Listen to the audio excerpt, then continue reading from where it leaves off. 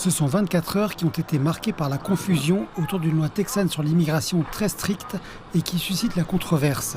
Mardi, dans une décision à 6 contre 3 de la Cour suprême des États-Unis, les juges ont accordé aux forces de l'ordre de l'État le pouvoir de détenir, d'emprisonner et en fin de compte de déporter les personnes soupçonnées d'avoir franchi illégalement la frontière. Quelques heures plus tard, une cour d'appel des États-Unis a dit « pas si vite ».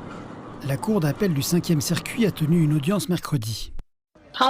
Les mesures relatives à l'entrée des étrangers et à leur droit de rester ici sont exclusivement du ressort du Congrès. Le contrôle de l'immigration pour admettre ou exclure les étrangers est du ressort exclusif du gouvernement fédéral. Le Congrès a dit que c'était contraire à la loi et le Texas a dit « d'accord, nous allons refléter cela ». Les détracteurs de la mesure, connue sous le nom de projet de loi 4 du Sénat, affirment qu'elle conduirait au profilage racial. Ce que nous voyons se produire ici, c'est que l'immigration dans son ensemble devient plus floue et par conséquent un processus plus inhospitalier.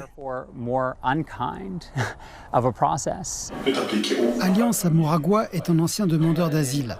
À présent, il cherche à aider d'autres personnes à se construire un avenir aux États-Unis. Selon lui, la mise en œuvre du projet de loi 4 du Sénat texan accentuerait la peur que les gens éprouvent déjà. S'il y a quelque chose qui est susceptible de les affecter pendant qu'ils demandent l'asile et pendant qu'ils se remettent au traumatisme qu'ils viennent de vivre, cela nous fait nous inquiéter à leur propos. Le gouverneur du Texas, Greg Abbott, a signé le projet de loi 4 du Sénat texan en décembre dernier et depuis, celui-ci fait l'objet de contestations juridiques. L'administration Biden affirme que la loi sèmerait le chaos et la confusion.